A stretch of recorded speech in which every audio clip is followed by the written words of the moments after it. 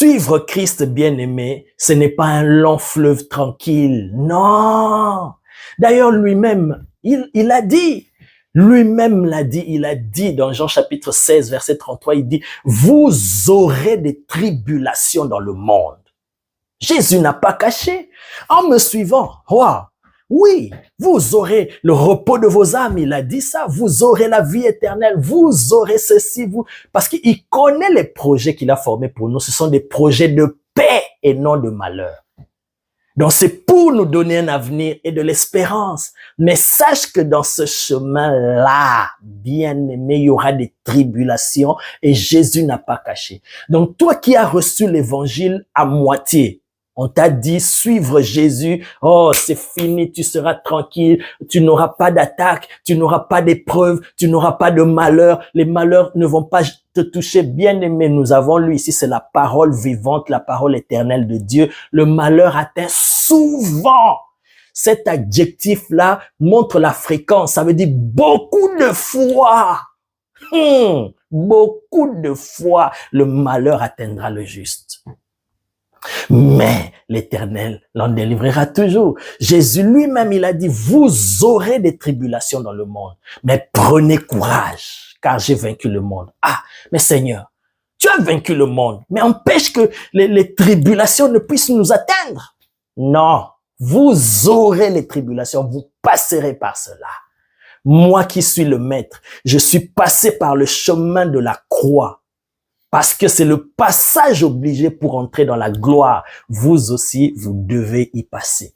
Voilà pourquoi il a dit, si quelqu'un veut me suivre, si quelqu'un veut être mon disciple, qu'il se charge lui-même de sa croix, bien-aimé. Que symbolise la croix? La croix, c'est le symbole de la souffrance. C'est le symbole de l'humiliation. C'est le symbole de la trahison. C'est le symbole des coups, bien-aimé. C'est le symbole de la mort même. Jésus nous a montré, nous allons vivre ces choses. En suivant Jésus, bien-aimé, ça ne nous épargne pas des malheurs. Non. Au contraire, ça nous épargne de la destruction. Ça veut dire le malheur va venir, mais l'Éternel ne permettra pas que ça nous détruise. Alléluia, parce qu'il va nous délivrer de cela. Mais la question, pourquoi permet-il ou pourquoi laisse-t-il faire ces choses de cette manière? Pourquoi permet-il que ces malheurs nous atteignent? Ça, c'est la bonne question qu'on peut se poser. Alléluia. Parce qu'il peut empêcher. Il voit tout. Il sait quand le diable prépare des malheurs contre nous. Dieu peut empêcher cela, que cela ne nous atteigne pas. Mais pourquoi il permet que cela nous atteigne? C'est pour un but. Nous allons découvrir cela. Écoute le message. Alléluia.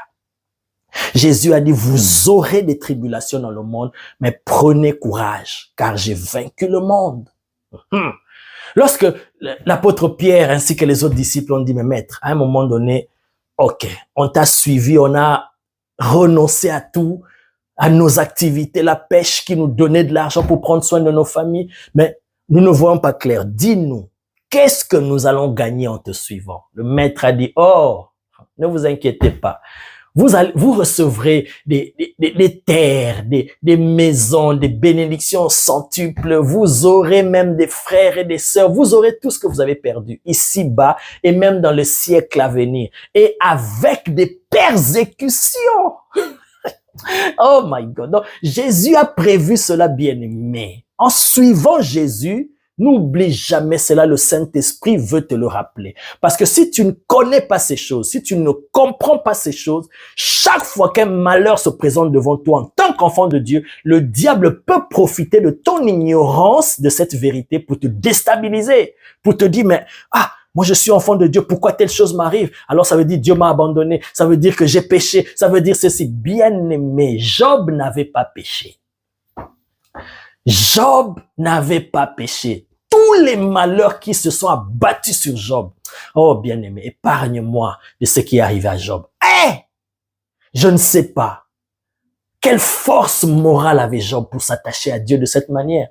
Imaginons-nous en ce moment même, nous avons le sang de Jésus, nous avons le Saint-Esprit qui est avec nous dans cette nouvelle alliance. Des pareilles choses t'arrivent. Tu perds tes 10 enfants en un même jour, tes richesses, ta santé. Oh my God! Essaie un peu d'imaginer ce que Job a vécu. Tous les malheurs qui se sont abattus sur lui, le juste, alors qu'il est présenté même par Dieu et même par l'auteur de ce livre, en étant comme un homme intègre, juste et droit, craignant Dieu et se détournant du mal. Job était juste. Mais pourquoi tous ces malheurs lui sont arrivés? Parce qu'il y avait un but derrière cela. Donc si Dieu permet, parce que c'est Dieu qui avait permis, Satan avait tout fait. Il a dit, mais tu l'as protégé. Ça veut dire Satan avait tout fait pour toucher Job, mais il n'arrivait pas. Bien-aimé, rien ne peut t'arriver en tant qu'enfant de Dieu, en tant que juste, si ton Père Céleste ne le permet pas. Mais si ton Père le permet, sache qu'il y a un but beaucoup plus meilleur et glorieux derrière. Ah! Le malheur atteint souvent le juste, mais l'Éternel l'en délivre toujours. Alléluia. Oh, Jesus, thank you. Donc, Jésus nous a promis de recevoir des bénédictions sur cette terre, des maisons, des choses matérielles et même la vie éternelle et aussi des persécutions avec. Donc, bien-aimé, sache que en suivant Christ, il y a des tribulations, des persécutions, des oppositions, de l'adversité qui se présentera. Mais ne tremble pas devant cela. Pourquoi? Parce que le malheur atteint souvent le juste. Plusieurs fois le juste.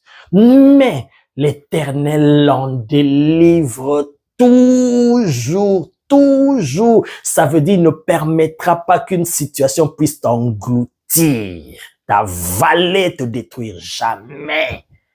Jamais.